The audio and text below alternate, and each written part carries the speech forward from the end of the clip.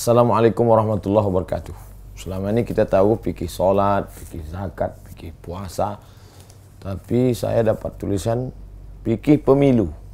Ternyata orang kalau pendidikannya tinggi, berilmu, berkualitas, ada saja ide-ide cerdas untuk dia tulis.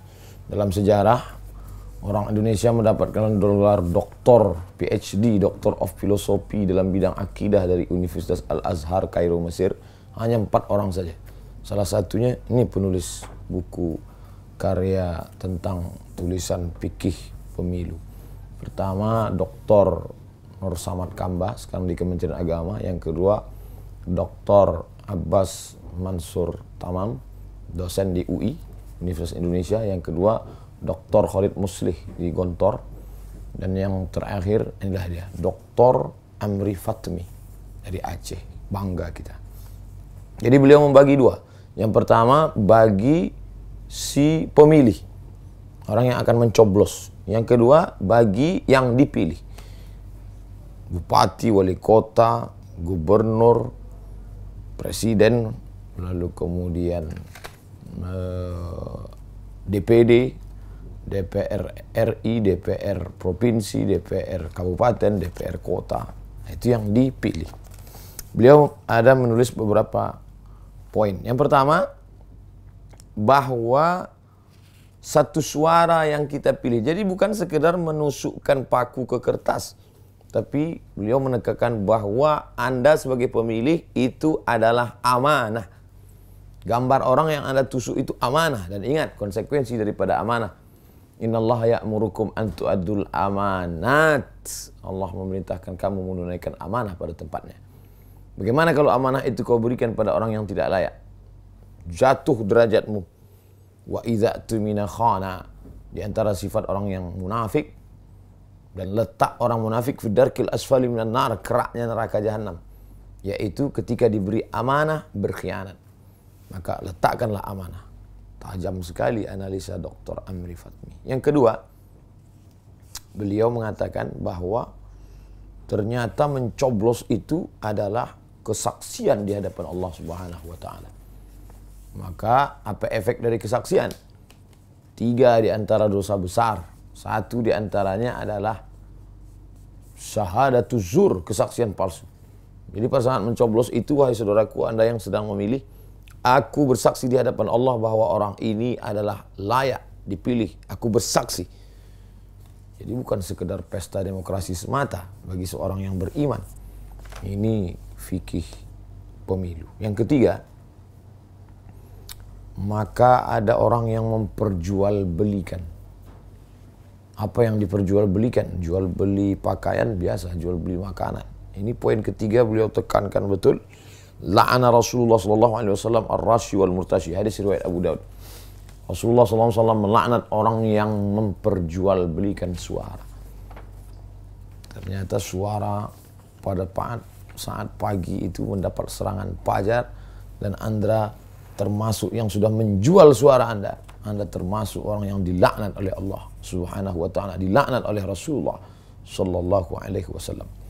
Poin yang keempat, ketika Anda wahai para pemilih mengambil uang dari calon legislatif, dari calon pemimpin, dari orang-orang yang akan dijadikan sebagai qudwah, suri tauladan di tengah masyarakat, public figure, maka pada saat itu Anda sudah merusak tatanan sosial. Anda sudah mendudukkan orang yang tidak layak, orang yang jahat di tengah masyarakat.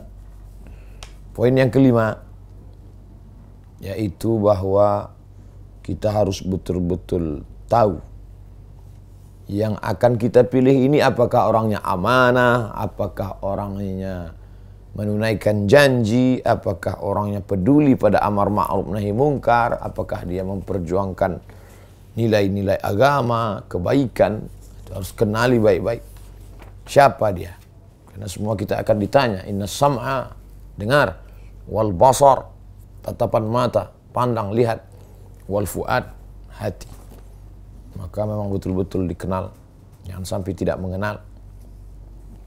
Dr. Amri Fatmi mengutip hadis an jismihi fi ma'ablah, hadis riwayat At-Tirmidzi.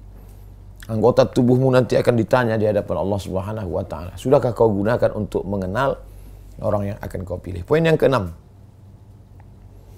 Kira-kira ketika kita memilih orang ini, apa untungnya bagi umat? Jadi jangan hanya berpikir kalau saya pilih dia nanti bisnis saya lancar. Kalau saya pilih dia, dia sekampung dengan saya. Kalau saya pilih dia satu ormas dengan saya. Kalau saya pilih dia, dia satu partai dengan saya. Tapi pandangannya bukan begitu. Apa maslahat kebaikan yang akan ada untuk dunia, untuk akhirat, untuk anak-anak, untuk masa depan, untuk bangsa? Masya Allah, analisa seorang filosof Muslim. Poin yang ketujuh. Jika di kemudian hari orang-orang yang kita pilih itu ternyata tidak baik, maka kita akan dituntut di hadapan Allah Subhanahu wa taala. Almar'u ma'a man ahab. Orang akan bersama dengan siapa yang dia cintai. Engkau pilih dia, ya berarti engkau cinta dengan dia, kau suka dengan dia. Nanti di akhirat engkau akan bersama dengan dia.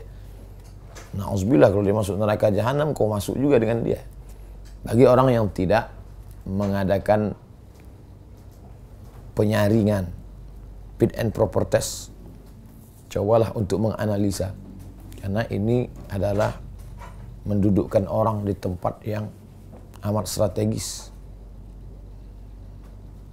Bagaimana kalau kita pilih ternyata dia jahat? Kita sudah berusaha. Dan Allah la yukallifullahu nafsan illa wus'aha. Allah tidak membebani orang lebih dari kemampuannya. Nah, jadi setelah kau gunakan potensi dirimu, bertawakal kepada Allah. Poin ke-8.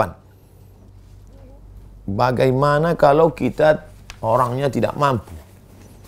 Kita memang punya telinga, tapi kadang daya dengar kita tidak sehebat orang. Kita punya mata, tapi kadang kita juga tertipu. Maka Dr. Amri memberikan satu cara, yaitu bertanya kepada orang berilmu. Mengutip ayat Fas'alu ahla dzikri, surat Al-Anbiya ayat 7. Tanya orang yang tahu. Tentu kita punya tokoh masyarakat, punya ulama, orang-orang yang didulukan seranting, ditinggikan seranting, didulukan selangkah. Batangnya tempat bernaung, batangnya tempat bersandar, akarnya tempat bersila, daunnya tempat bernaung. Tanya mereka. Al-Mukarram, bagaimana ini? Ma khaba man istasyara wa ma nadima man istakhara. Tidak ada ruginya orang yang suka meminta pendapat orang lain, tapi tentu orang yang baik. Poin yang ke-9. Pilihannya cuma ada 2. Tidak ada pilihan lain. Bagaimana? Oleh sebab itu maka gunakanlah standar khaffud dararain, mudarat teringan di antara 2. Mana yang kira-kira di antara 2 ini yang level negatifnya lebih sedikit? Karena tidak mungkin kita tidak memilih. Kalau tidak memilih berarti kita sudah menyia-nyiakan amanah. Poin yang ke-10. Nah, ini yang menarik, poin 10. Setiap orang berhak mencalonkan diri, tapi tidak setiap orang berhak untuk kita pilih. Jadi kalau kita melihat ada gambar pecandu narkoba atau gambar orang penipu yang kita tahu, lalu kemudian kita lihat baliho di mana-mana untuk menjadi anggota legislatif, calon apapun, lalu kita berkata, ngapain dia mencalonkan diri? Tapi Dr. Amri mengatakan setiap warga negara berhak mencalonkan diri, dari penjahat sampai budiman. Tapi tidak setiap warga negara berhak untuk dipilih. Ini setelah mengetahui ini, insya Allah kita tidak akan mencaci maki orang yang mencalonkan diri, karena itu hak dia. Tapi ingat, tidak semua berhak untuk dipilih. Gunakan hakmu, kau berikan kepada yang berhak untuk menerimanya. Itu bagi pemilih. Nah, sekarang Dr. Amri Fatmi mengungkap bagaimana dengan orang yang dipilih. Calon bupati, calon wali kota, calon gubernur, calon presiden, wakil presiden, calon DPR kota, DPR provinsi, DPR kabupaten, DPD. Bagaimana dia? Dr. Amri juga menulis beberapa poin. Yang pertama, bahwa jabatan itu tidak diminta. Dia tidak meminta-minta jabatan. Beliau mengutip hadis riwayat Imam Al-Bukhari, "Inna la nuwalli hadha man sala'ahu." Kami tidak memberikan jabatan ini kepada orang yang meminta. Wala man harasa alaih. Tidak pula kepada orang yang tamak. Tapi memang diberikan kepada orang yang amanah. Ada salah seorang sahabat Nabi pernah meminta itu. Dan kemudian Nabi SAW mengatakan, innaka la dha'if, innaka dha'if, engkau lemah. Wa innaha amanah. Nah, ini amanah. Artinya karena permintaan masyarakat, karena amat sangat gencar masyarakat menginginkan itu. Jadi sadar dirilah, jangan hanya sekedar turutkan hawa nafsu semata. Yang kedua, lagi-lagi masalah duit. Kalau Anda sebagai calon pemimpin, calon wakil rakyat, tidak punya visi misi apa-apa, tidak ada ide-ide cemerlang, hanya sekedar punya uang saja, lalu Anda beli suara rakyat, suara masyarakat, maka itu hanya sekedar membeli laknat Rasulullah, laknat Allah Subhanahu wa ta'ala. Na'udzubillah. Poin yang ketiga, ini seperti pisau bermata dua ternyata. Wahai calon-calon anggota legislatif, wahai calon-calon kepala daerah, wahai calon-calon kepala negara. Dr. Amri mengutip doa Nabi Muhammad SAW. Allahumma man waliya min amri ummati syai'an fasaqqa alaihim. Ya Allah, siapa yang menjadi pemimpin di antara umatku, lalu dia memecah belah umat, mengadu domba umat, mempersulit umat, merusak umat dengan kekuasaannya itu. Fasquk alaih, maka pecah belah juga dia, rusak dia, hancurkan dia, binasakan dia. Tapi ada positifnya. Waman waliya min amri ummati syai'an faraffaqa bihim.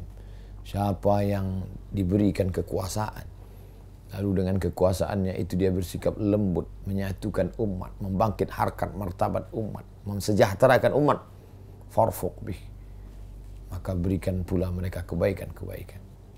Jadi kalau ada pernah terlintas di pikiranmu ingin berkuasa tapi hanya ingin menghancurkan orang, mengadu domba orang, maka doa Rasulullah yang makbul mustajab sallallahu alaihi wasallam akan menimpa dirimu, wahai calon-calon pemimpin. Poin yang keempat, ma min 'abdin yastar'ihi Allah ra'iyatan. Kalau ada di antara umat Muhammad sallallahu alaihi wasallam, di antara manusia yang diberikan Allah jabatan untuk menjadi pemimpin, yamutu yauma yamutu wa huwa ghashun li ra'iyatihi, ketika dia mati dia dalam keadaan menipu rakyatnya, illa haramallahu alaihi jannah, hadis riwayat Muslim, maka diharamkan Allah surga baginya. Tiap hari dia berdoa, wa adkhilnal jannata ma'al abrar. Tiap hari dia berdoa, rabbana atina fid dunya hasanah wa fil akhirati hasanah. Tapi apa kata Nabi? Haramallahu alaihi jannah, diharamkan Allah baginya surga, karena dia sudah menipu umatnya, menipu rakyatnya dengan berbagai macam bentuk kebaikan-kebaikan, tapi itu semua hanya sekedar tipuan semata. Poin yang kelima, bahwa wahai calon pemimpin, engkau sedang memangku amanah yang besar. Oleh sebab itu, wa innaha yaumal qiyamati khizyun wa nadamah. Amanah itu bisa menjadi khizyun, kerugian, kenistaan, wa nadamah, dan penyesalan. Tapi dia juga bisa illa man akhadhaha bihaqqiha. Siapa yang mengambil amanah itu dengan hak, dengan kebenaran, wa addal ladzi alaihi fiha, dan menunaikannya, maka sungguh dia sudah menjadi umat yang terbaik. Poin yang terakhir, yang keenam, bagaimana dengan orang yang mengkhianati amanah?